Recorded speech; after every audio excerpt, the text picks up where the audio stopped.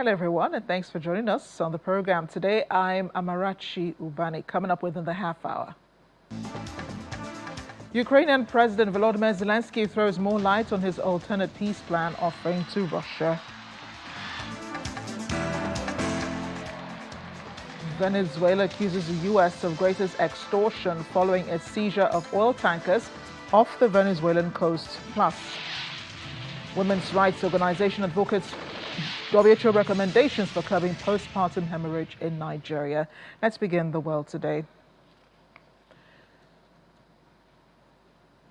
And we begin with Ukrainian President Volodymyr Zelensky, who's thrown more light on an updated peace plan offering to Russia, the potential withdrawal of Ukrainian troops from the east and the creation of a demilitarized zone in their place. Now, though he detailed the 20-point plan agreed by the U.S. and Ukrainian envoys in Florida, he said the Russians would respond once the Americans have spoken to them. Describing the plan as the main framework for ending the war, he said it proposed security guarantees from the U.S., NATO, and Europeans for a coordinated military response if Russia invaded Ukraine again. On the key question of Ukraine's eastern Donbass, Zelensky said a free economic zone was a potential option. He told journalists that as Ukraine was against withdrawal, U.S. negotiators were looking to establish a demilitarized zone or a free economic zone. Any area that Ukrainian troops pulled out of would have to be policed by Ukraine, was him stressing that. However, happening in Russia, authorities still investigating an explosion that killed 2 officers. The officers were said to have spotted a suspicious individual near a police car on Yeletskaya Street. The explosive detonated when they approached the suspect to detain him. The officers died from their injuries along with a bystander. They've been identified as 24-year-old Ilya Klimanov and 25-year-old Maxim Gorbanov. The explosion took place close to the same location of another bomb explosion that killed a Russian general on Monday.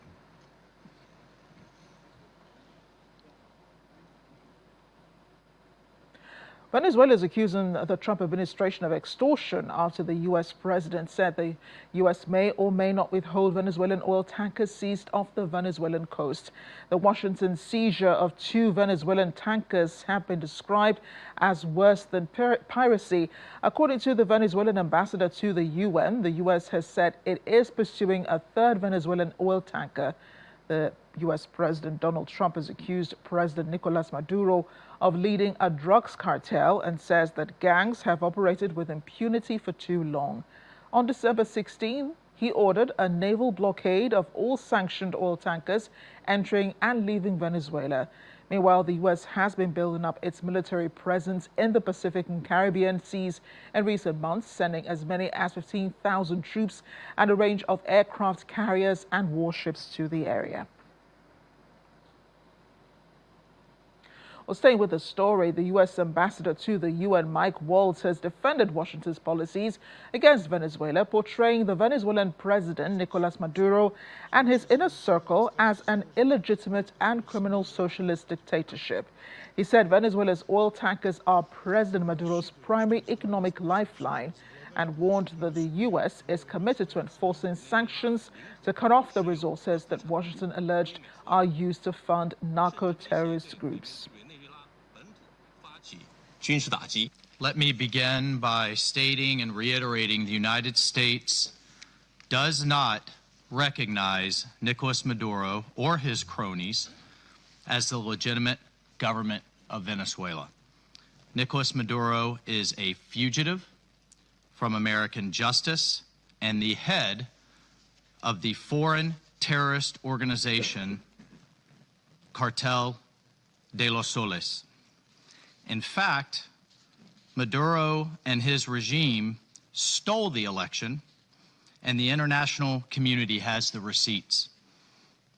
President Trump has been very clear that he is going to use the full power of the United States of America, the full might of the United States, to take on and eradicate these drug cartels which have operated with impunity in our hemisphere for far too long, and everyone knows it.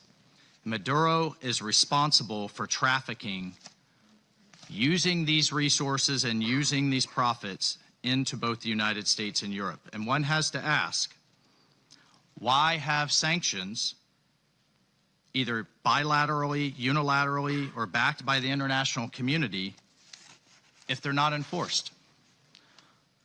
Well, the United States under President Trump is enforcing them in international waters.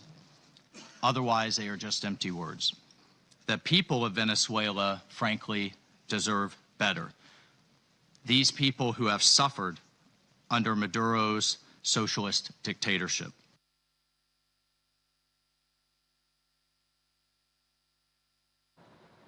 On to Australia now. The police have arrested a man after he pledged support for the Bondi Beach attackers. Prosecutors say police located several guns, a stockpile of ammunition and a shipping list for bomb materials in his home.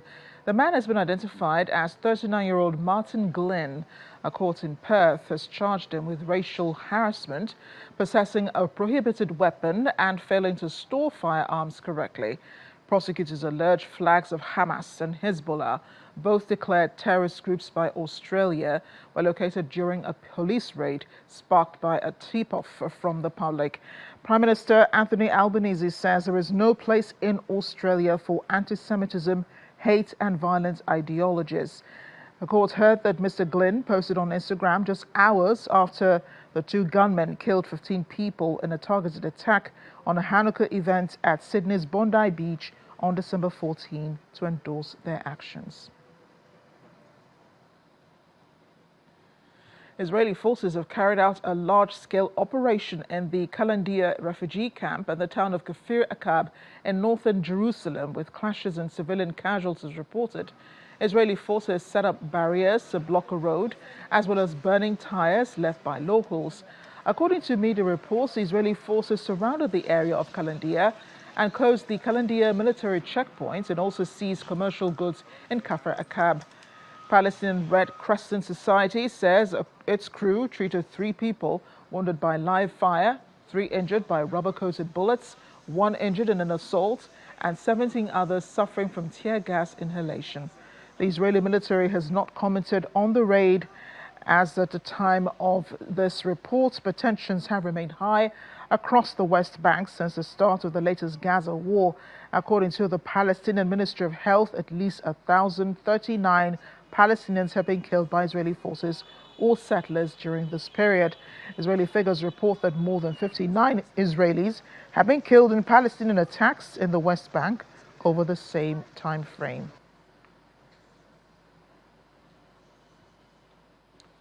We'll bring it home now. Nigeria remains one of the countries with the highest number of maternal deaths in the world, caused mainly by postpartum hemorrhage. Women Advocates Research and Documentation Center, Ward C, a women's rights organization in Nigeria, has drawn spotlight to the issue, highlighting ignorance about the condition among Nigerians and health professionals. During a workshop in Lagos, founding director of the organization, Abiola Akiode Afolabi, said the condition contributes almost 25% to the country's unacceptable high mortality ratio. She says that though the World Health Organization has recommended life-saving measures, on-the-ground sensitization will help spread the message faster and more effectively, including Ward C interventions. The World Health Organization has recommended that tranexamic acid, when administered early during postpartum bleeding, will significantly reduce death from PPH. Despite this, its availability and use remain very limited across many public and private health facilities in Nigeria. So Project Transform was designed to respond directly to this gap as part of WORDC's commitment to advancing women's life, so that no woman should die while giving birth. The scope of and research of the project and reach of the project. Over the last 10 months, WORDC, working closely with the community leaders, health advocates, civil society actors and media professionals, implemented an extensive community engagement and advocacy strategy across Lagos State. Over 20,000 people, and these are well documented, were reached through physical community-based engagement.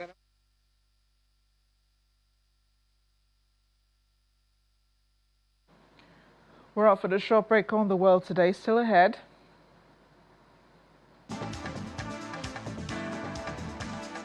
A sneak peek into the festive season in Johannesburg, South Africa.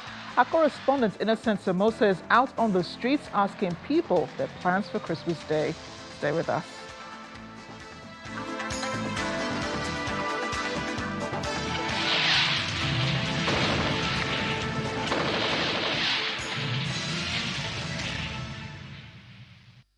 Welcome back. We're just counting hours now to Christmas Day. Chinese Consul General in Nigeria, Yan Yuqin, has commended the Chinese community, especially in Lagos, for their many philanthropic activities, which have helped strengthen relations between Nigeria and China.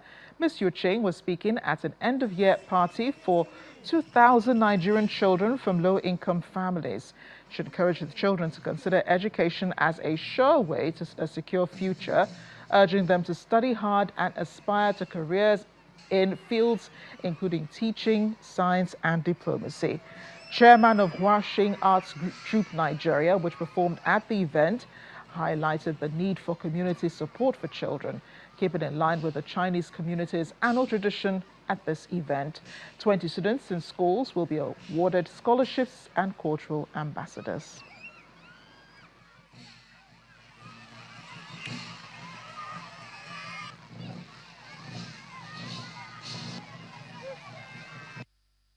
Today, I believe it's the happiest day for you because we will together celebrate Christmas, Happy New Year, and we will donate the studying youth, for all of you, and you will test also some Chinese delicious cuisine, and you know that there are so many the fun. Yes, you can play.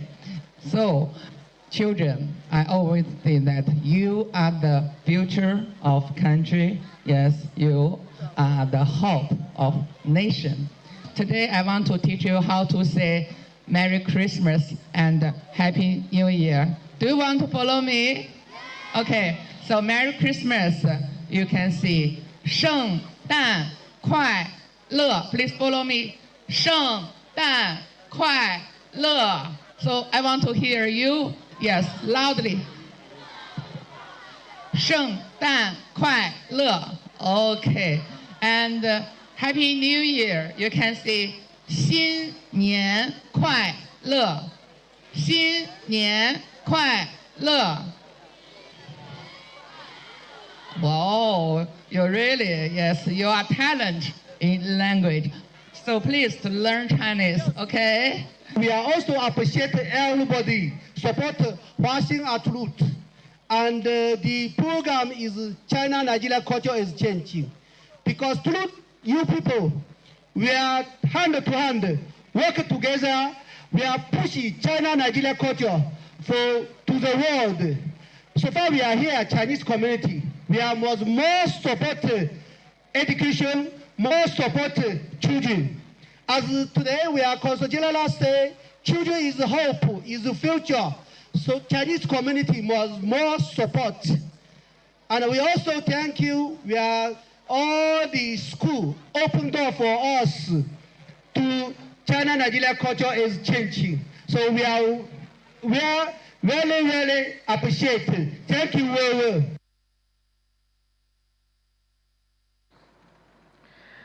The Chinese community in Lagos creating some fun for the children. Now from Lagos to South Africa, where people are looking forward to the celebrations. Shops and government buildings are already wearing Christmas decorations, putting even grumpy spirits in a good mood. But there is another aspect of the Christmas season that people love the most. As our correspondent Innocent Samosa found out, you can't have a celebration without food. As Christmas is celebrated across Africa, families are marking the season in their own unique ways, from time-honored traditions to special meals and festive clothing. The celebration reflects the continent's rich cultural diversity. We have been speaking to people about how they celebrate Christmas. Here's what they had to say.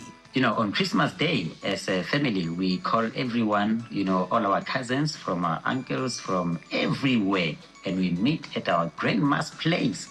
And we bride meat. In South Africa, bride is very important to us. We bride meat, there are salads that are prepared, and everyone is happy, and we're gonna be there the whole day. About Christmas, I love gathering with my family and having good times with my family. Just enjoying our time together, and all of that. Being with our family is a good thing. And I love being with my family a lot. Some spoke about the one Christmas dish that must be on their table every year. We cook rice, cassava leaves, and fish.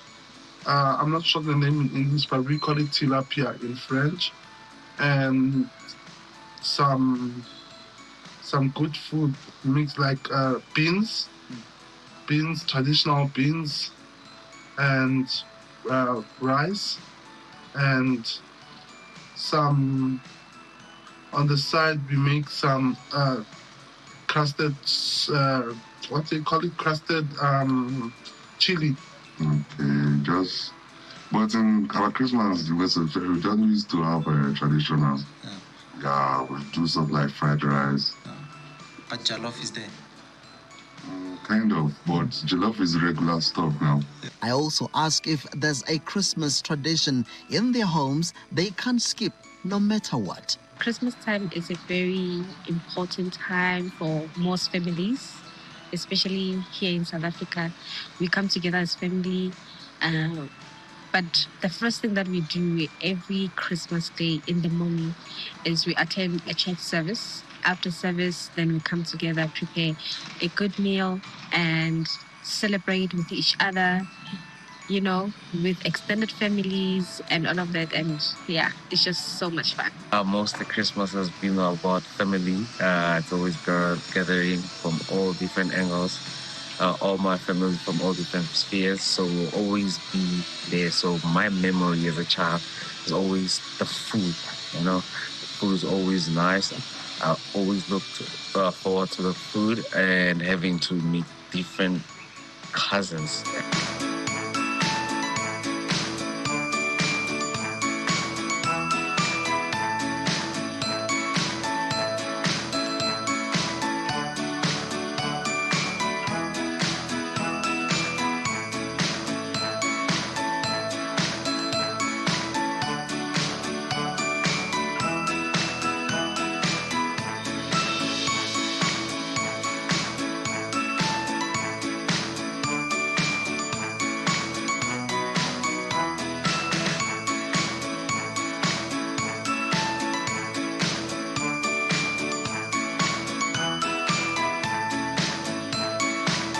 I love Santa and Santa's presents. From shared meals to cherished traditions and colorful outfits, Christmas is celebrated in many beautiful ways. But one thing remains the same. It's a time for love, gratitude, and being together. From us to you, Merry Christmas and a Happy New Year. From Johannesburg, South Africa, Innocent Samos, Channels Television News. I'm sure Innocent had a lot of fun doing that report. And as we end the program, it's been 100 years now since children's favorite Winnie-the-Pooh made his first appearance as a popular children's character. Winnie-the-Pooh first featured in the short story In the Wrong Sort of Bees, published in the newspaper London Evening News on December 24, 1925.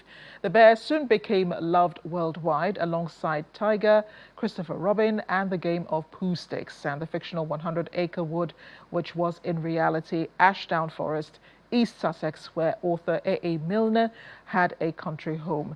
Pooh's enormous fame still generates a substantial income for the area to this day, with £450,000 of public money they used to fund a program of events locally to mark the anniversary. And that's the world today. Thanks for watching. A Merry Christmas and a prosperous New Year ahead. Thanks for watching.